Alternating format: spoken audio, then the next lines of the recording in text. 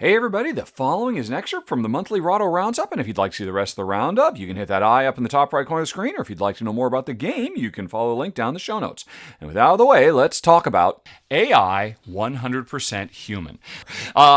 This is not a sponsored playthrough. I just got a chance to play this at the Dice Tower West Library. They were doing demos. I sat down because I so loved the previous game from this publisher. Publisher is Explore 8. Their previous game was Federation. You can go back and watch my run through Federation. I thought that game was a brilliant worker placement game that basically replicates the United Federation of Planets, but we're trying to manipulate senators and stuff like that, and it was brilliant. So I wanted to see what Explore 8 had coming next. So I sat down, played AI 100% Human with my wife Jen and a couple other showgoers, and was blown away by it.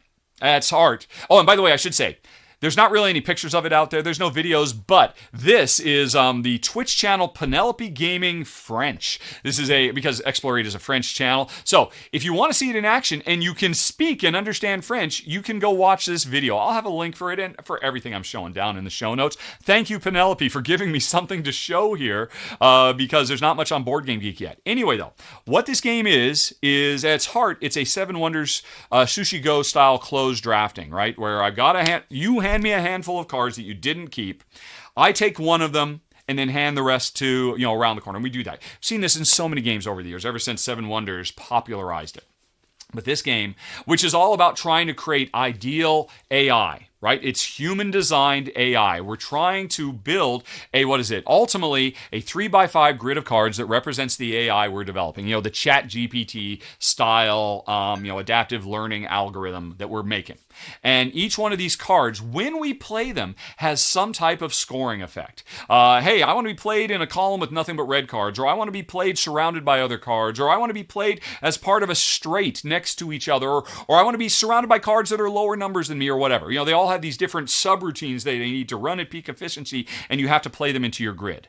But the thing is, they score immediately as soon as you play them. And I might get this card, and I might have an overarching goal, because we all have secret goals, and there's other public goals as well. There's lots of different objectives that get infused into this game. You're trying to make the best combination of all these objectives, right?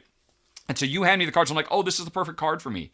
But if I play it right now, it'll help me at the end of the game, but it'll give me nothing. I'll be wasting it because it wants to be the last card put in a column, and I can't finish a column yet. So here's the fundamental game changer in terms of this style of game. When you hand me those 5 cards, and I'm going to take one of those 5 cards, I'm not going to play it immediately. Instead, I'm going to put it in my reserve. At any given time, I've got 3 cards, 2 that are in my hand already, plus one of the ones I keep that you handed me, and then I turn the next 4 onto the next player. After I've chosen one and then handed the rest to my neighbor, I then look at my reserve, the card I just claimed, plus ones that I have claimed in previous rounds, and I play one of them. And it's a simple, tiny twist, and yet it so explodes the possibility space of a closed drafting game. And honestly, it is going to be hard for me to go back to playing Seven Wonders or Notre Dame or Cosmic Colonies. There are so many amazing closed drafting games. I love this gameplay. There's so many of them, but this idea of, hey, when I claim the card, I don't have to play it. I'll put it in my reserve, and I'll now play that one I grabbed 2 turns ago because it took me 2 turns to build my grid so that it was perfect for playing it right now. And so it's a brilliant design. It doesn't look like much. Now, I admit, I don't know what the final thing will look like. I was playing a prototype at the convention. They're playing a prototype here in the video. Maybe that's what it's going to look like, because at the end of the day, we're programming subroutines into an AI. So what is that going to look like? Maybe it just looks like this. But what it looks like is a brilliant, one of the best closed-hand card drafting games of all time. Honestly, I would play this over Seven Wonders, quite frankly, because it adds so much depth and variety and control. It's so smart. Watch for it, folks. I think everybody's who gets a chance to play it, like me and Jen, is going to be very, very impressed by number 3 of the month. And this was not a sponsored preview, by the way, folks. I just got a chance to play it, so I'm just telling you about it. Number 3 of the month is AI 100% Human. All right. And thanks for watching, folks. If you enjoyed it, please like and subscribe. It makes a huge difference, believe me. But with that out of the way, if you'd like to see some more, over on the left, you can find a playlist of a whole bunch more Rahdo Rapid reviews.